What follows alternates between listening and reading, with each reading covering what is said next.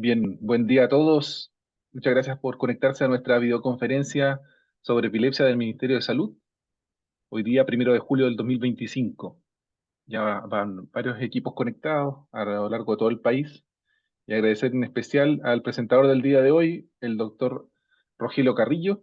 El doctor Carrillo es neurólogo de adultos y además especialista en epilepsia y está finalizando sus estudios ya, ¿no es cierto?, a punto de entregar la tesis del Magíster de Inteligencia Artificial en Salud. Actualmente se desempeña en el Hospital Regional de Talca. Así que muchas gracias, Rogelio, hoy día por presentarnos sobre el uso de la inteligencia artificial en epilepsia. Muchas gracias por la presentación y bueno, espero tratar de dar una, una noción general sobre la epilepsia, sobre la epilepsia y su relación con la inteligencia artificial. ¿Ya? Encuentro que es súper relevante este tema, así que vamos a hablar de eso. ¿Ya? Tiene harto, llegar a tener un alto impacto. Y lo más importante aún es poder tratar de entregar conocimiento o información de que la inteligencia artificial no es magia, sino que son métodos estadísticos, etcétera, en el cual se evalúan eh, que se evalúa para distintas etapas de la epilepsia, ya sea del diagnóstico, monitorización de crisis, apoyo imagenológico, etcétera. ¿Ya? Entonces, como los temas que vamos a hablar va a ser algunos conceptos generales, después el impacto de la inteligencia artificial en la salud y finalmente algunos desafíos y conclusiones. Entonces, ¿qué entendemos por inteligencia artificial? Básicamente son sistemas informáticos, algoritmos, que aprenden de grandes conjuntos de datos. ¿Ok? Por ejemplo, cientos de electroencefalogramas o imágenes de resonancia para reconocer patrones complejos. ¿Ok? Son grandes, miles de datos. ¿Ok? Esto ha sido posible gracias al desarrollo de, por ejemplo, la Big Data, capacidad de almacenar mucha información, ¿ok? Y que además de esto, cada vez ha sido más económico la obtención de esta Big Data, o sistemas como nube, etc. Y dentro de la inteligencia artificial existe el aprendizaje automático, que utiliza técnicas estadísticas, por ejemplo, regresión logística, regresión lineal, etcétera, para hacer predicciones y también para clasificar. ¿Ok? Y existe también el aprendizaje profundo, que básicamente emplea redes neuronales artificiales. ¿Ok? Esto está inspirado en el cerebro humano. En el fondo, si uno ve la corteza visual, por ejemplo, ciertas capas tienen características para extraer la forma, otro color, movimiento, etc. Entonces, en el fondo, como que cada capa tiene una tarea específica. Entonces, como que en ese aspecto se parece un poco el tema del aprendizaje profundo y que en los últimos años es el que ha ido desarrollando mayor rendimiento. ¿Ok? ¿Y qué entendemos por IA? Entonces, es básicamente un sistema de aprendizaje. A modo de una analogía, un neurólogo en formación, por ejemplo, puede visualizar 1000 electroencefalogramas y él va a ir anotando, ¿cierto? El profesor va a ir anotando: esto es normal, esto es actividad epiléptica focal, esto es actividad epiléptica generalizada, etc. Y después de un tiempo, el neurólogo, o ya sea médico, etcétera, va a empezar a identificar estos patrones. Entonces, por ejemplo, va a decir, en algunos electroencefalogramas con epilepsia, siempre hay unas olitas, ¿cierto?, puntiagudas en ciertas zonas. En los normales, esas olas no están. ¿Okay? Y algunos casos pueden confundir el principio, no sé, por ejemplo, el parpadeo, ciertos grafoelementos del sueño, etcétera. Pero tras ver muchos, uno aprende a diferenciarlos mejor. Entonces, un algoritmo de inteligencia artificial hace lo mismo, salvo que en vez de un cerebro humano es un programa de computador, de computación, básicamente. Y ese programa de computación hay que entrenarlo, para que genere este conocimiento. En el fondo, la inteligencia artificial es la capacidad de aprender a través del entrenamiento y de la experiencia. ¿Ya? ¿Y qué es un algoritmo? Es un conjunto de instrucciones o pasos que sigue un computador para resolver un problema. Entonces, cuando hablamos de inteligencia artificial, el algoritmo aprende a hacer una tarea, como reconocer una actividad epileptiforme en el electroencefalograma, viendo muchos ejemplos, de la misma forma que haría un estudiante. Entonces, por ejemplo, acá en la izquierda de la pantalla vemos un grupo de perros y abajo un grupo de gatos. El estudiante se somete a varios de estas muestras, ¿ok? Distintos tipos de perros, distintos tipos de gatos, y después de un tiempo de ver muchas imágenes, el estudiante va a ser capaz de reconocer algunos aspectos como el más llamativo, ¿ok? De estos animales. Por ejemplo, va a decir que los perros tienen el hocico más largo, ¿ok? O suelen tener, no tampoco es siempre igual, pero suelen tener el hocico más largo, ¿ok? Entonces eso te va como orientando y esas características como que el modelo de inteligencia artificial lo va a ir aprendiendo, va a ir incorporando eso a su información, ¿ok? Y también va a decir, por ejemplo, los gatos suelen tener las orejas más largas, ¿ok? Suelen tener, porque siempre hay algún rango de error, pero en general suelen tener. ¿Ok? Entonces eso es un algoritmo básicamente. ¿Y cómo se entrena un algoritmo? Paso a paso, entonces primero se reúnen muchos datos, se juntan muchos ejemplos con su diagnóstico, ¿ok? Por así decir, como etiquetados, ¿ok? Y se hacen, por ejemplo, 10.000 electroencefalogramas o resonancia con diagnóstico confirmado, ¿ok? Luego se limpia y se preparan. Por ejemplo, se eliminan algunos registros de electroencefalograma que estén muy borrosos, que estén incompletos, ¿ok? Y se unifican formatos. Si hay distintos formatos de distintos, por ejemplo, proveedores de exámenes, se trata de que todo esto sea el mismo formato. ¿Okay?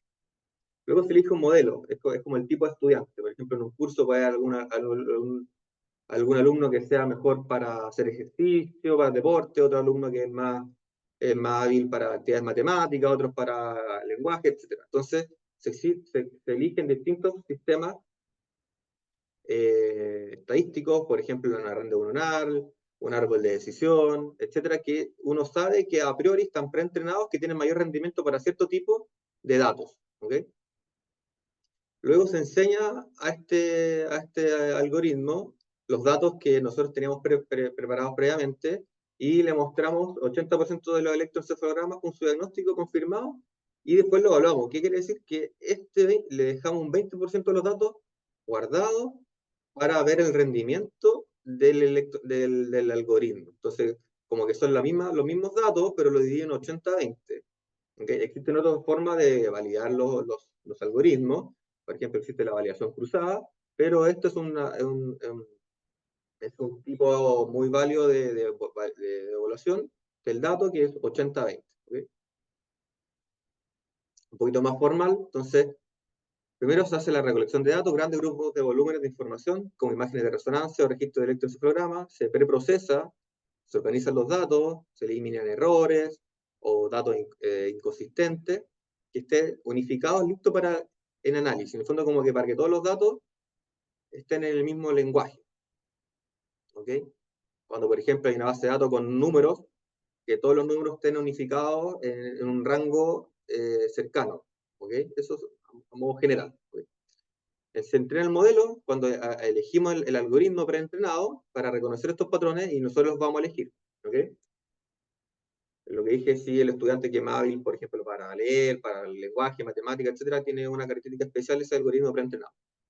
Se valida y se hace la prueba, y lo ideal después, finalmente, de todo esto es, bueno, hacer una validación externa, o sea, probar con distintos sistemas, con distintos entornos, para ver si esto es útil, ya no solamente en mi centro clínico, por ejemplo, ¿ok?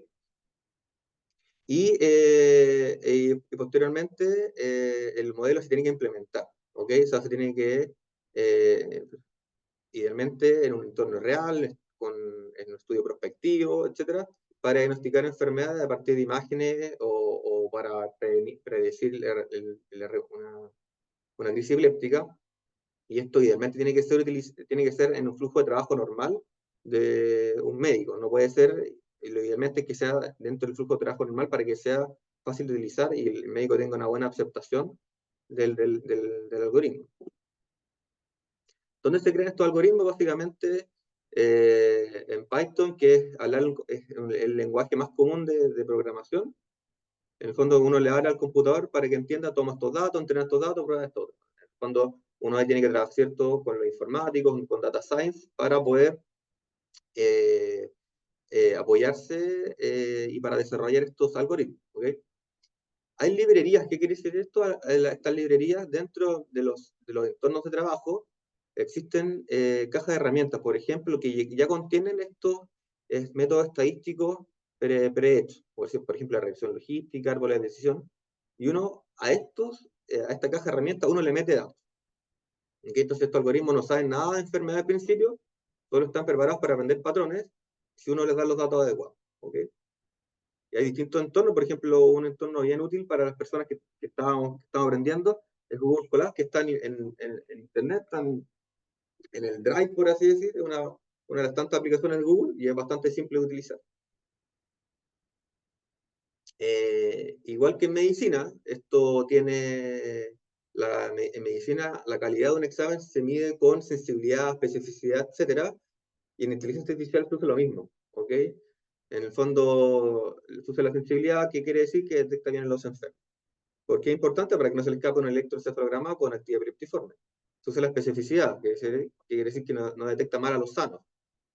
Que no diga tiene epilepsia si no lo es, ¿ok? Tiene precisión, que tan seguido acierta esto, y también que no alerta en falso. Y la área bajo la curva, que tan bueno es para separar ambos grupos, y cuanto más cerca del 1 mejor. Ya cuando es cercano a 0,5 es equivalente a tirar una moneda. Entonces, los sistemas de inteligencia artificial son modelos que tienen métricas que se van aplicando para poder darle validez a los estudios. No es arte, no es magia, ¿ok? Entonces, pregunta número 1, si me pueden ayudar. ¿Cuál de estas opciones describe mejor lo que hace un algoritmo de inteligencia artificial en epilepsia? A. Opera al paciente durante una crisis, aprende de muchos electroencefalogramas o imágenes para reconocer patrones, prescribe medicamentos automáticamente o detecta emociones a través del pensamiento. Está buena la última, ¿eh? Prontamente.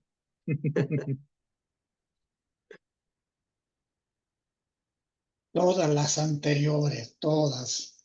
Todas, Ramírez.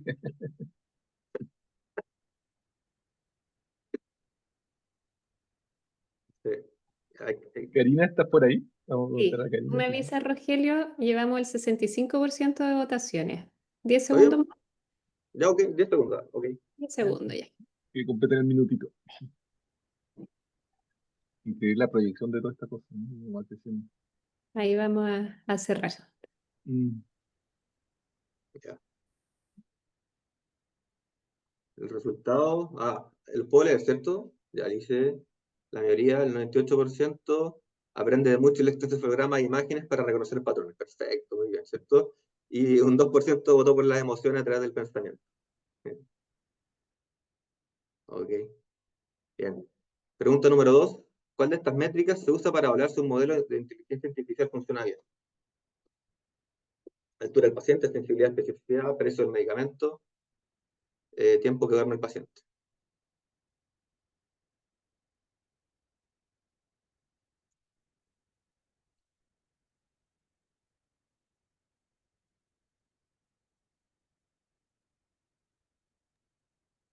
No, aquí ya contestó la gran mayoría, rápidamente.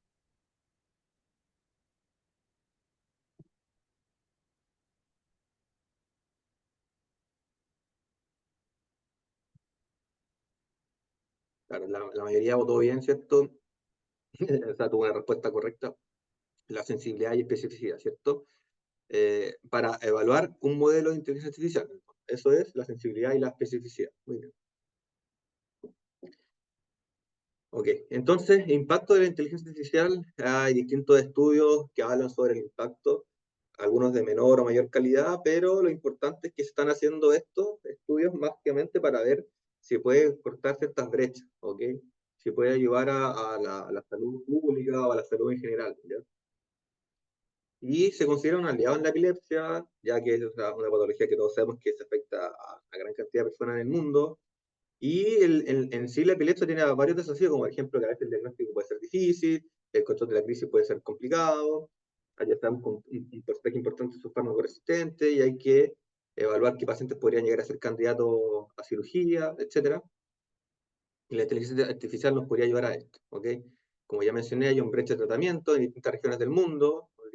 A veces no hay la cantidad suficiente de especialistas o de tratamientos, y eso podría limitar un poco el diagnóstico definitivo y podría aumentar la movilidad.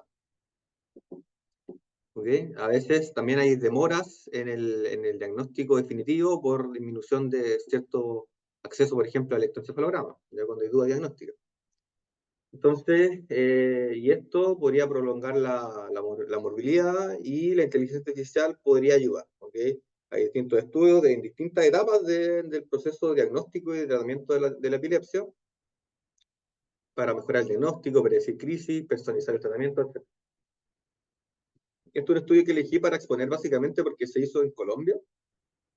Tiene algunos métodos, algunas debilidades metodológicas, pero básicamente es bien interesante porque integra un poco como el sistema digital con el flujo de trabajo habitual que deberíamos tener cuando uno quiere aplicar la inteligencia artificial, ¿ok?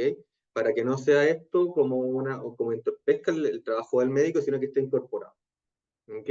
Entonces, si es en Colombia, acá lo que describen es que la meta es que, bueno, también la gracia de este estudio es que está hecho en Colombia, cercano al sector de Latinoamérica, y la meta de este estudio era básicamente tratar de llegar de manera a zonas rurales, ¿cierto? Mediante el sistema de telemedicina, en lugares donde hay déficit de especialistas en neurología o equipos de electroencefalograma. Y se realizó con el Departamento de Telemática y el Departamento de Física de la Universidad del Cauca, en Colombia. ¿Y qué se hizo? Fue desarrollar un sistema de telemedicina inteligente que puede asistir el diagnóstico de epilepsia mediante el electroencefalograma. Y quiero dejar bien claro que asiste al diagnóstico, ¿ok? No es que haga el trabajo del neurólogo, sino que asiste al diagnóstico. Personas con limitada infraestructura sanitaria y escasez de personal especializado. Entonces, ¿cómo se hizo un poquitito el componente inteligente de este sistema? Se hizo un conjunto de datos de 100 pacientes pediátricos de un mes de vida y 17 años de edad con sospecha de epilepsia. Se obtuvo los permisos correspondientes y de estos 100 electroencefalogramas se hizo una separación en grupos de entrenamiento y un grupo de prueba. Entonces se quedaron 50 pacientes con grupo de electroencefalogramas como grupo de entrenamiento y prueba los otros 50.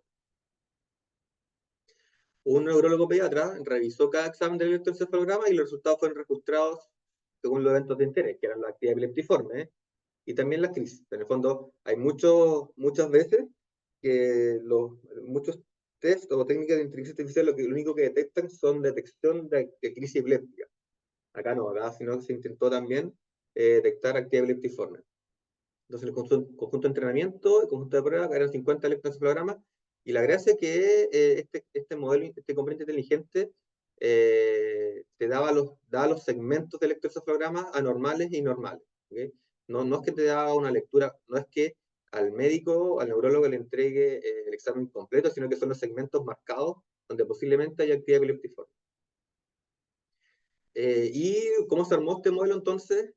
Se extrajeron características del modelo en dominio de tiempo, frecuencia y dominio de tiempo-frecuencia para armar y para entrenar el modelo de inteligencia artificial y para que aprendiese a reconocer la actividad epileptiforme. Se implementaron algoritmos para poder entrenar este modelo de inteligencia artificial del componente inteligente de este sistema en el conjunto de datos de entrenamiento, y se utilizó el K-fold cross-validation, validación cruzada. En el fondo, la prueba, el conjunto de pruebas se utilizó para finalmente evaluar el sistema completo, no el componente inteligente del sistema, sino que el sistema completo, todo integrado, se utilizó el conjunto de pruebas. ¿Okay? Acá se utilizó solamente la parte del componente inteligente, del sistema que te asistía al reconocimiento de electroencefalograma, se usó el K-fold cross-validation, o sea, validación cruzada.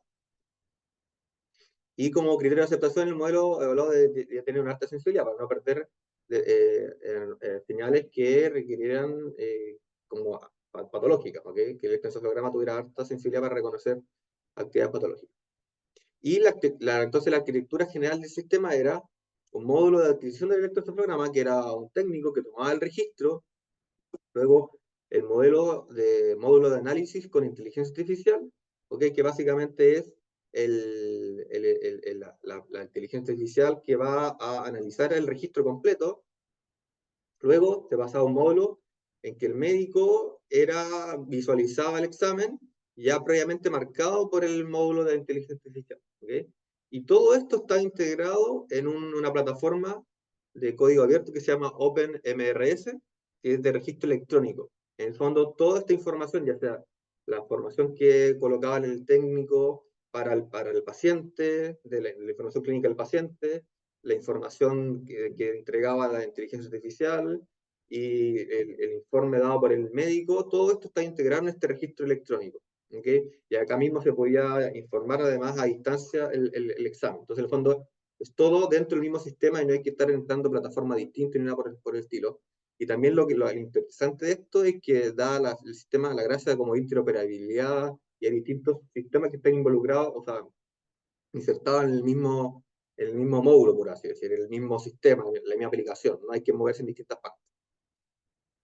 Entonces, se tomó un electroencefalograma con un muestreo de 200 Hz, 18 canales, y tenía un formato en archivo EDF. Luego había un clasificador que entrenado con electroencefalograma, perdón. Y luego ya comentamos que el clasificador estaba entrenado con electroencefalogramas reales, etiquetado por el experto neuropediatra, y tenía el examen completo una duración de 30 minutos y luego se procesaba durante 3,5 minutos. Y esos 3,5 minutos, después de eso, el médico quería revisar el examen, daba su informe final, pero una vez que ya estaba preentrenado o ya estaba preinformado por el módulo de inteligencia artificial. ¿Okay? Y se utilizaron 50 exámenes del electroencefalograma para evaluar el sistema integrado, ¿ok? Completamente. O sea, no solamente el modelo de inteligencia artificial, sino que todo el sistema. ¿Ok? Y estas pruebas son diferentes de las que se usaron en la fase de entrenamiento, pero solamente estos eran la muestra reservada para el test. Y primero el análisis automático de los registros de electroencefalograma fue realizado por el componente inteligente. Luego, las anormalidades identificadas por el componente fueron visualizadas y confirmadas o rechazadas por el neurólogo. Entonces acá se ve una imagen como las anotaciones, el sistema mismo te daba las anotaciones de dónde habían características sospechosas y después el neurólogo o el epileptólogo que estaba viendo el examen se iba dirigidamente a revisar esos hallazgos. ¿Okay? Y entonces se va a pasar una interfaz en que los segmentos etiquetados por la inteligencia artificial son revisados por el médico. El médico puede estar en cualquier parte del mundo. La inteligencia artificial se utilizó para automatizar el análisis del electroencefalograma, ayudando a identificar segmentos que contienen actividad epileptiforme sospechosa, y así asistir al médico en el diagnóstico, especialmente en zonas sin neurólogo especialista. Y entonces, como resumen, entonces, se hace un análisis automático de los registros del electroencefalograma, se filtra para la visualización clínica, y esto en teoría aceleraría el diagnóstico. Y como les comenté, esto está integrado en el sistema de un registro electrónico de código abierto y que crea un expediente digital con los datos de los pacientes. Y con el fondo lo comenté ya también, se utilizan estos OpenMRS como registros médicos electrónicos en entornos de salud que tienen características claves, por ejemplo, como que es modular, personalizable, soporta historiales clínicos y puede ser también visualizado en el tiempo, o sea, longitudinalmente cómo fue la evolución de los pacientes. Y fue la plataforma base para el registro electrónico de pacientes dentro del sistema, ya que contenía bastante información de los datos, historia clínica, resultados de electroencefalograma procesado por la inteligencia artificial, diagnóstico médico emitido, etc. Por lo tanto, también podría ser la gracia que podía ser sometido, por ejemplo, a un tipo como de auditoría para ver cómo fue el rendimiento y por terceros. ¿Ya? Tiene otras funciones que son bien interesantes desde el punto de vista de cuando uno tiene que implementar un sistema de inteligencia artificial, que es que los datos estén almacenados, que sea interoperable, y que haya seguridad, seguridad de datos. Son cosas que muchas instituciones que evalúan el tema de la inteligencia artificial son muy útiles o son las condiciones mínimas para poder utilizar un modelo de inteligencia artificial en la salud. ¿Okay? ¿Y esto por qué? Porque se necesitaba la autenticidad de datos para poder ingresar. Entonces, finalmente se evaluó este sistema mediante el enfoque convencional, en el fondo, anormalidades encontradas por el neuropediatra, versus asistido por inteligencia artificial. Ya hay un poco, queda un poco de duda del método como lo evaluaron. Aparentemente lo que se dice es que se evalúa la inteligencia artificial y luego un neurólogo, no queda muy claro quién, ni cómo, ni cuánto, pero esa fue la comparación. Y se utilizaron 50 exámenes de electroencefalogramas que no fueron empleados en la fase de entrenamiento y se evaluó el modelo de clasificación. ¿Okay? Algunos hallazgos, los que mencionan, y que tiene algunas cosas llamativas, que separaron la información sobre, por ejemplo, sensibilidad, especificidad, precisión, en aquellos que eran test normales y anormales. Entonces hay dificultad, ¿cierto?, para llevarlo esto a la vida real, ya que en la práctica uno siempre va a tener exámenes normales y anormales y no solamente anormales. Pero bueno, como resultado el sistema fue capaz de identificar 588 segmentos anormales y solo se detectaron 39 falsos negativos, lo que representa un error del 0,08%, pero el recalque, básicamente la sensibilidad, implica que un 15% de las verdaderas anormalidades no fueron detectadas por el sistema, lo que ahí, ¿cierto?, es bastante importante al menos no pesquisar esos hallazgos.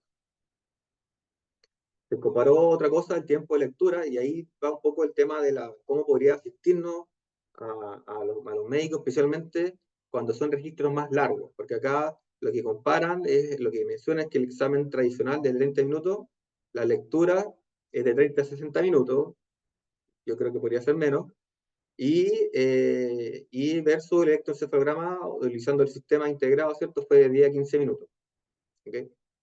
Yo creo que la mayoría. Entonces ellos finalmente lo que comentan es que mostró un ahorro promedio de aproximadamente de 65-75% del tiempo, y quizá, por lo menos desde mi punto de vista, podría ser más utilizado para monitoreos largos.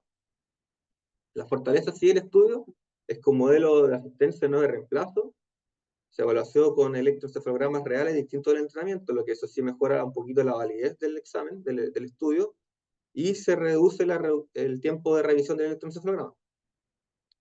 Para los electroencefalogramas anormales se menciona que hay una alta precisión, sin embargo, sabemos que la sensibilidad no era tan alta, y lo que sí puede ser reproducible, tiene un equipo clínico estándar de electroencéfalo, se hizo una evaluación cruzada para seleccionar el modelo de inteligencia artificial, y fue diseñado en entornos rurales sin neurofisiólogos, para esto en el fondo, y tiene este sistema que está integrado, esta plataforma que está integrado tanto la historia clínica, como los hallazgos de la inteligencia artificial, como la respuesta del especialista. Entonces, en el fondo, esto es bien útil para poder trabajar en un solo sistema.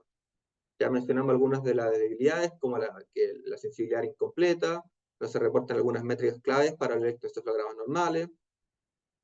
Hay una población limitada, por ejemplo, solo electroencefalogramas pediátricas, no extrapolar de adultos, y solamente fue un especialista neurólogo pediatra quien participó en la validación clínica. ¿Ya? Y esto, bueno, no se integra aún completamente al trabajo clínico completo, esto era un sistema online, ¿ok? Habría que probar cómo funcionaría en un ambiente real hospitalario, ¿ok? Como más habitual, ¿ok? Sí, y además faltarían estudios multicéntricos o regulación externa, lo que sí se podría hacer, ¿ya? Para darle más validez. Entonces,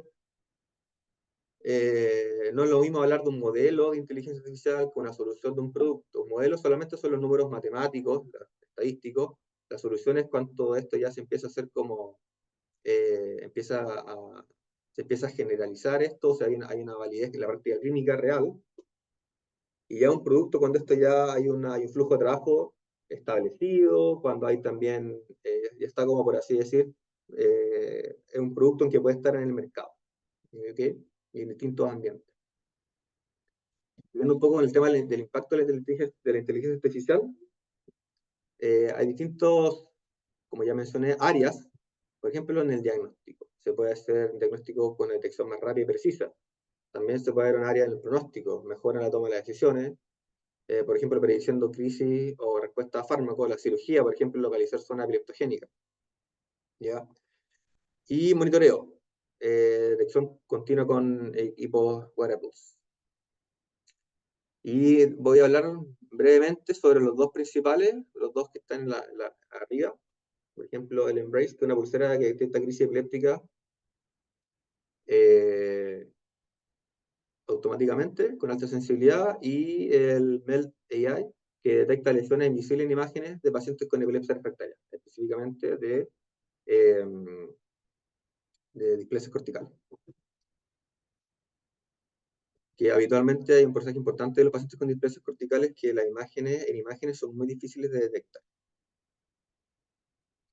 Entonces, un producto de inteligencia artificial tiene que cumplir con una característica mínima que idealmente esté validado en entornos clínicos reales o en estudios multicéntricos, ¿ya?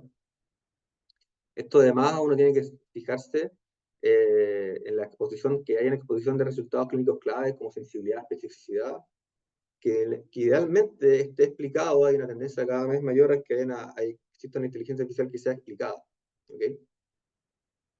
Y que destaquen las medidas metodológicas que aseguren la rigurosidad clínica de estos avances. Entonces el Embrace es un dispositivo de monitorización de crisis epiléptica, y lo llamativo de esto es que está aprobado por la FDA. Cumplió con las características mínimas que exigía la FDA cuando son dispositivos de monitorización, que era tener un mínimo de sensibilidad y un mínimo de falsas alarmas de crisis. ¿Okay? Hay distintos modelos de Embrace, hay Embrace Plus, E4, etcétera, que se han ido progresando, han ido aumentando su complejidad y su desarrollo a medida que pasan los años. ¿Okay?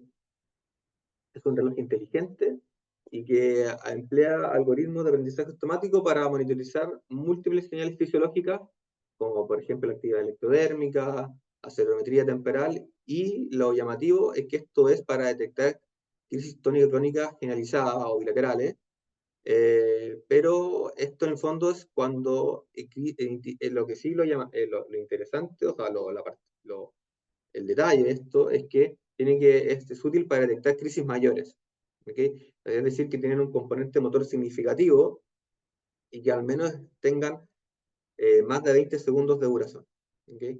Y esto envía una alerta inmediata a los cuidadores mediante un smartphone y que posibilitaría la atención temprana de estos pacientes y, por lo tanto, reposicionar al paciente, evitar asfixia posictal, y se ha utilizado o se cree que podría ser útil para evitar la muerte súbita en epilepsia. Hay distintos estudios que fueron realizándose para darle validez a este dispositivo. ¿Okay? El último, en el año 2021, se realizó el estudio de Honorati, donde se realizó un seguimiento multicéntrico prospectivo de 152 pacientes, donde se encontró una sensibilidad de 92% en niños y 94% en adultos, y una tasa de falsas alarmas de 1.26 en niños y 0.57 en adultos. Y lo que exige la FDA es que al menos tenga una sensibilidad de un 70% y una tasa de falsas alarmas menor a 2. Entonces, en ese contexto fue que se fue aprobado. Después se hizo un estudio un poco antes se hizo un estudio más abreviado, pero en vida real, el estudio del 2018, con 3 pacientes, y donde ahí se encontró también una alta sensibilidad y tasa de falsa alarma en la noche sin falsa alarma y muy poquito en el día. Entonces esas cosas uno tiene que ir fijándose para poder viendo si un dispositivo es útil y seguro. Además, los distintos modelos de Embrace tienen algunos monitoreos como de menor sensibilidad o como menor sensibilidad cuando uno ya más o menos conoce el comportamiento de un paciente y sabe que hay muchas tasas de falsa alarma. ¿Okay? Tiene como un modelo especial o como un módulo el Embrace para detectar menos crisis. Cuando uno identifica que registra más de lo que es lo esperado. ¿Okay? En el fondo tiene como un feedback, por así decirlo. ¿Okay? Y entonces el estudio de la validación prospectiva fue en fase 3, donde se incorporaron 152 pacientes y monitoreaban en unidades de seguimiento, monitoreo de epilepsia. Y logró una sensibilidad global de 93%, y la tasa, como ya mencioné, fue de 0,57 por día, mientras el niño fue un poquito más alta, 1,26 por día. Ambos cumplen los criterios del FDA. Ya. Y como ya finalizando un poco, la inteligencia artificial también detecta lesiones invisibles en imágenes de pacientes con epilepsia refractaria, como por ejemplo un paper que salió recientemente sobre el 2025, en el 2025 para la detección de displasias corticales usando redes neuronales. Este es el proyecto MEL-AI, que es un algoritmo que resalta las imágenes de las displasias corticales y que el contexto es que hasta un 50% de las displasias corticales focales, una cosa común de epilepsia resistente en niños, no se detectan en la evaluación estándar. ¿Okay? Fue un equipo del King College y de la University College y se entrenó con más de 1000 cerebros, y acá lo interesante es que se entrenó con múltiples centros alrededor del mundo. ¿Ya? Entonces lo que le da más validez, incluyendo población pediátrica. Se utilizaron 703 pacientes con epilepsia y 482 controles, y al nivel de 23, como mencioné, centro a nivel del mundo, se utilizaron los inputs para el entrenamiento, ¿cierto? Imágenes normales, anormales, hacer el etiquetado correspondiente. Se identifican después, por ejemplo, el grosor de la corteza, la diferencia entre la sustancia gris y sustancia blanca, y se van haciendo ahí, ¿cierto? Se va enseñando al modelo a que identifique estas características.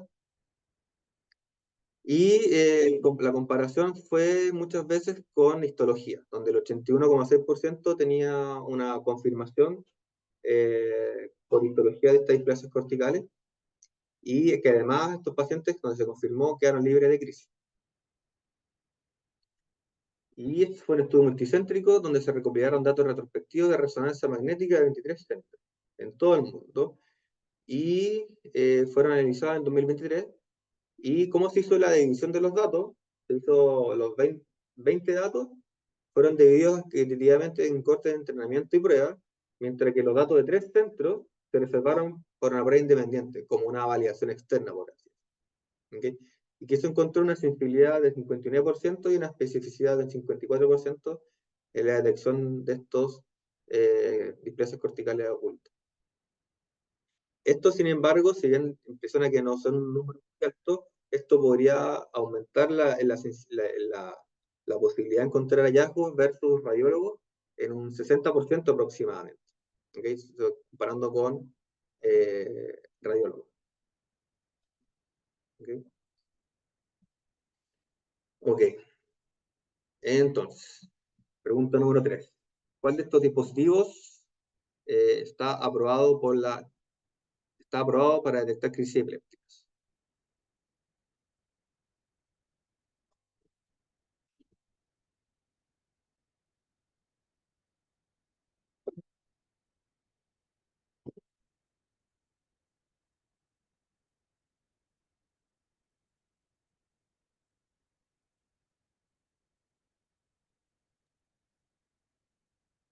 ¿Están Vamos a despiertos dar todavía o no? 10 segundos más, a ver, porque ya está clara la respuesta.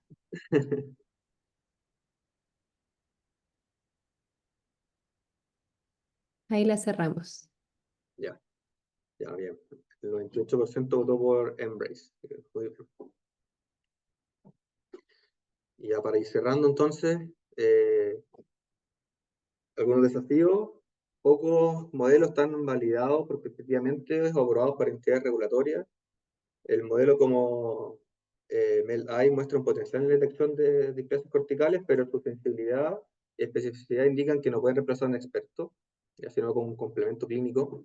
En regiones como Latinoamérica, perdón, o zonas rurales, podría haber dificultad en implementar la IA sin una inversión también como en salud digital. ¿Okay?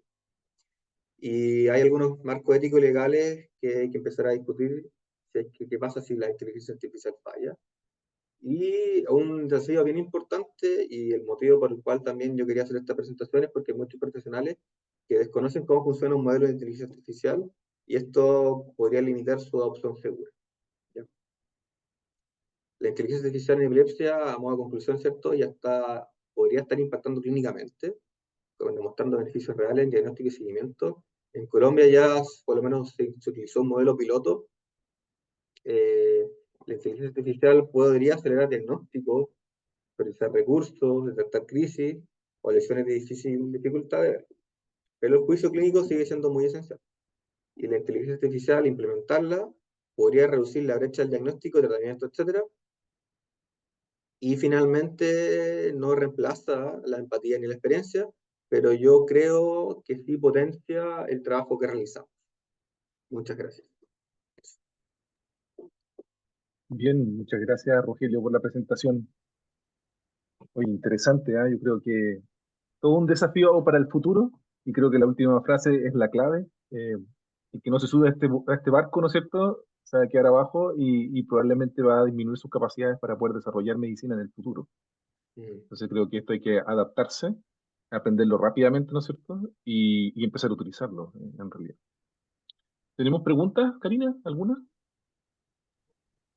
Por el chat no ha aparecido ninguna todavía. El doctor Ramírez preguntó entre medio de uno de los estudios que mencionaste, Rogelio, cuál era la duración de los registros. No sé si quiere contar un poco más de ¿Del esa estudio de Colombia? pregunta.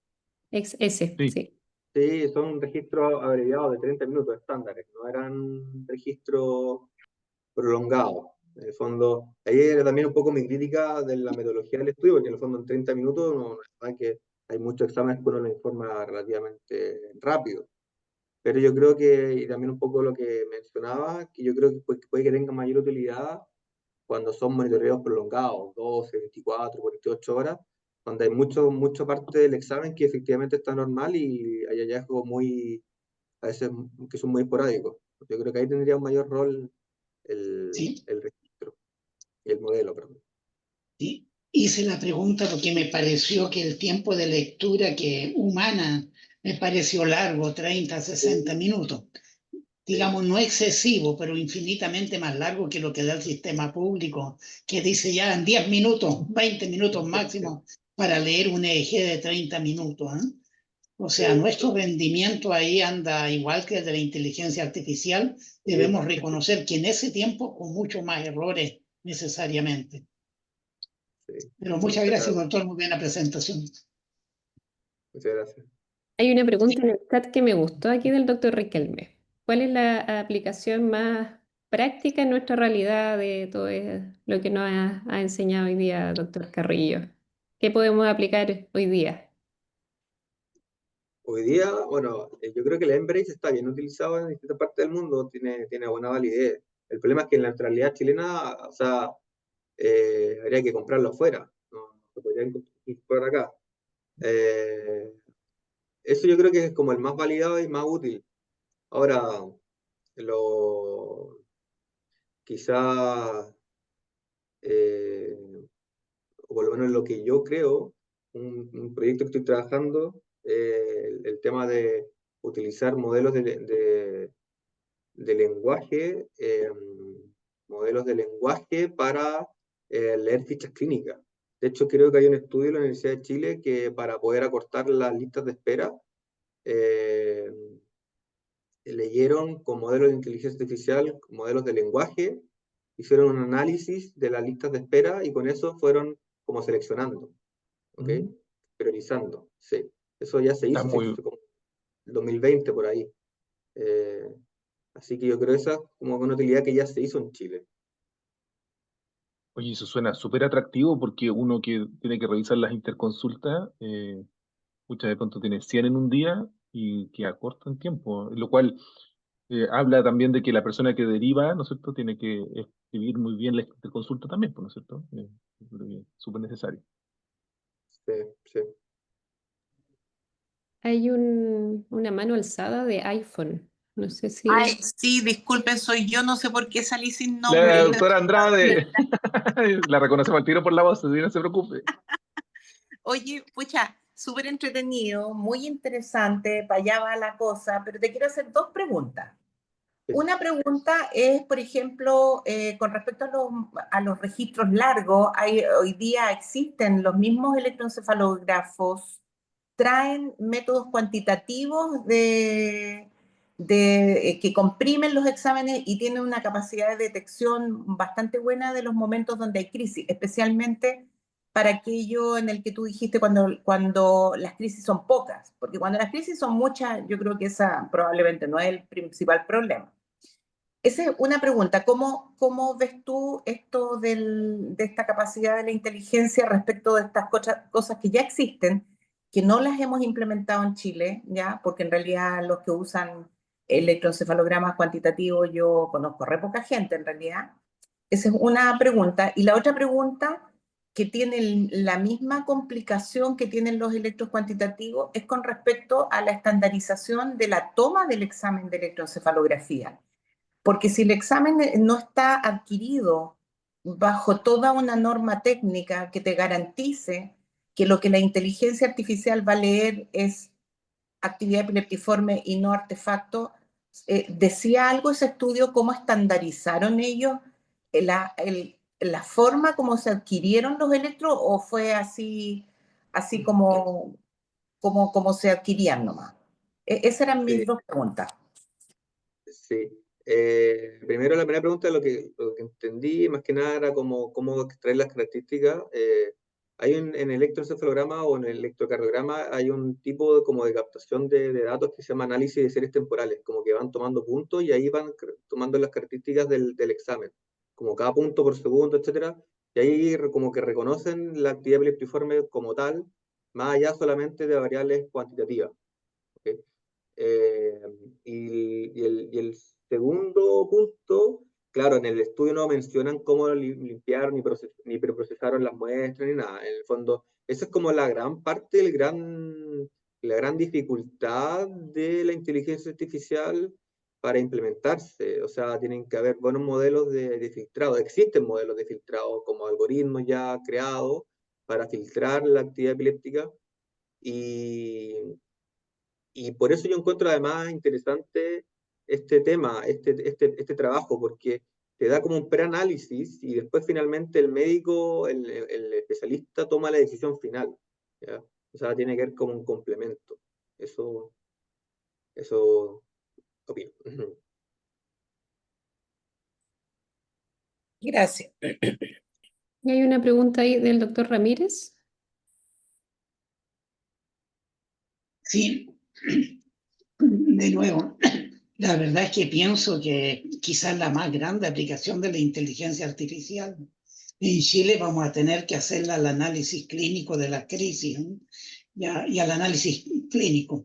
Ya es evidente que el sistema nunca nos va a dar tiempo suficiente como un correcto análisis de la semiología de la crisis, pero podríamos adelantar mucho si le hacemos llegar a cada paciente citado a control un cuestionario con 50 preguntas, diferenciando entre ellas las más importantes, los que deberían ser criterios primarios, lo que nunca jamás se deben dejar de preguntar, secundarios y terciarios. Yo diría apuntando a verdaderos criterios de calidad, y que eso nos va a servir enormemente. O sea, si diferenciamos nada más que los criterios esenciales, un cuestionario de 15 preguntas nos bastará. Pero si no lo hacemos, nos vamos a perder. Yo creo que ahí va a haber que trabajar mucho, por lo menos en mi mayor área de interés, ¿ya? Existen muchos cuestionarios en el mundo, pero cuando uno los ve son realmente penosos. O sea, las preguntas que hacen son dispersas, desordenadas, sin ninguna orden. Así que creo que deberíamos impulsar algo similar incluso en nuestro protocolo. Bueno, en eso estoy trabajando yo. Gracias.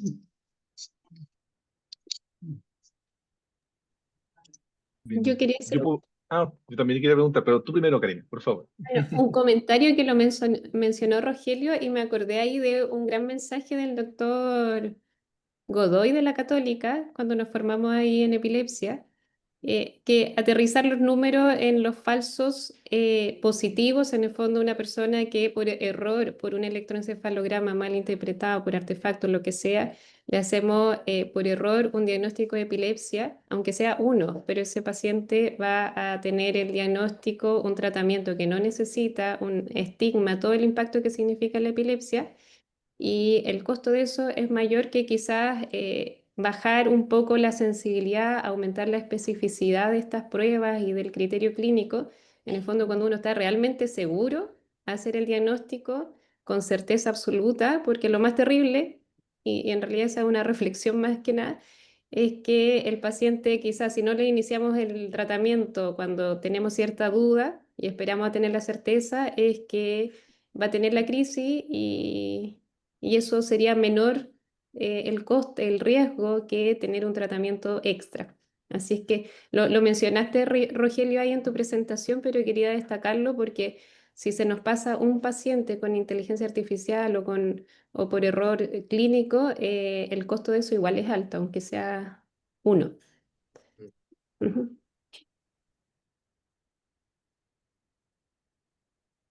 Claro, un falso negativo hace menos daño que un falso positivo, en ese sentido, como dice el doctor Riquelme. Tal cual. Yo tenía una duda ahí, Rogelio, pescando un poco la pregunta que hacen, o el comentario que hacen sobre la inteligencia artificial en resonancia. Eh, Pensando que no es infrecuente que exista error diagnóstico de los expertos en lo que son las displasias corticales, ¿cómo le enseñas a un algoritmo a través de expertos que sea mejor que ellos? Esa es una duda. ¿Acaso estos algoritmos de inteligencia artificial aprenden de sí mismos para no equivocarse en el futuro? O sea, ¿podrían llegar a ser mejores que nosotros, los mismos expertos, en revisar imágenes, por ejemplo, como es el caso de las displasias corticales? Bueno, lo que pasa es que como haces el modelo, muchas veces se compara como el gold estándar muchas veces no solamente es la imagen, sino que es la biopsia, la zona que uno saca. Entonces, como que el gold estándar va a ser, por ejemplo, yo tengo una imagen que sale negativa, pero después le tomo un electroencefalograma y en pabellón saco un pedazo un poquito más grande, quizá. Porque en la clínica, estando en pabellón mismo, quizás se saca un pedacito más grande y después se revisa la imagen para atrás de lo que era efectivamente la displasia cortical. Quizá era más grande, que antes no se dio cuenta en el informe de radiología o la zona. ¿Okay? Y la otra ventaja que tiene la inteligencia artificial que va como creando imágenes de posibles displasias corticales, como que va autogenerando posibilidades de inteligencia artificial. Gira la imagen, le pone más intensidad, menos intensidad, como que va creando nuevas displasias corticales por su cuenta, como generativamente. Es que también tiene esa capacidad muchas veces y puede ir creando nuevas displasias corticales. Ah, qué interesante. Entonces no toma solo la información que recibe del radiólogo, sino que toma la información prospectiva de lo que se obtuvo de las piezas anatomopatológicas, por ejemplo, Sí, estas displasias que no se ven en la resonancia y que pues son positivas. Interesante. No, gracias, Jorge. es súper útil, interesante y un mundo, pero sí, genial, sí, muy entretenido. Y usted un poco para bajar la información a los que se dedican en atención primaria.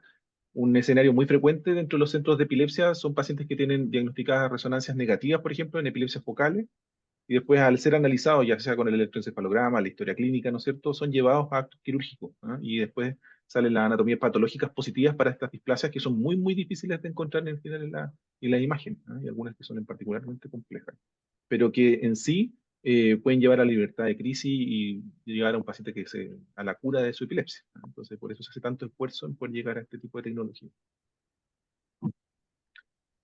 Bien, ¿tenemos más preguntas, Karina, o no? ¿Alguna otra duda? No, en el chat, varias felicitaciones solamente faltan. Muchas gracias. Creo que nos abriste los ojos de algo que se viene y que mejor nos vamos capacitando porque es necesario. Sí. Y ahí agradecer a Rogelio porque esto de la capacitación es tan importante, ¿no es cierto? Y que haya tomado la decisión de hacer un magíster incluso en esto. Pucha, lo agradecemos como país, ¿ah? En realidad, porque probablemente nos vas a apoyar, ¿no es cierto?, dentro del ministerio para poder ir generando iniciativas en esta área. Ya sea desde la resolución de listas de espera, yo me lo imagino, la revisión de electroencefalogramas a distancia, imágenes, selección de pacientes, ¿ah? Tal vez esto nos ayuda muchísimo, muchísimo mejor. Así como nosotros escribimos un correo y lo pasamos por Copilot, por ejemplo, para que quede mejor escrito, pucha, qué bueno sería pasar a un paciente, ¿no es cierto?, para darle un mejor diagnóstico, una mejor resolución en su tratamiento. Sí, se puede. Bien, Muchas gracias. a usted, pues, muchas gracias.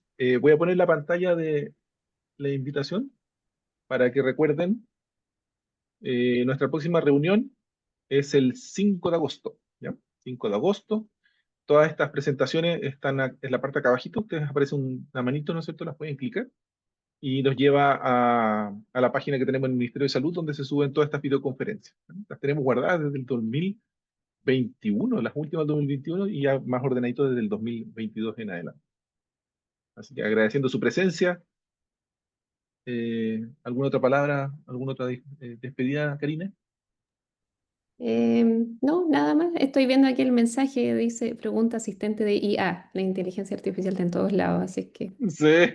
en la misma presentación va preguntando.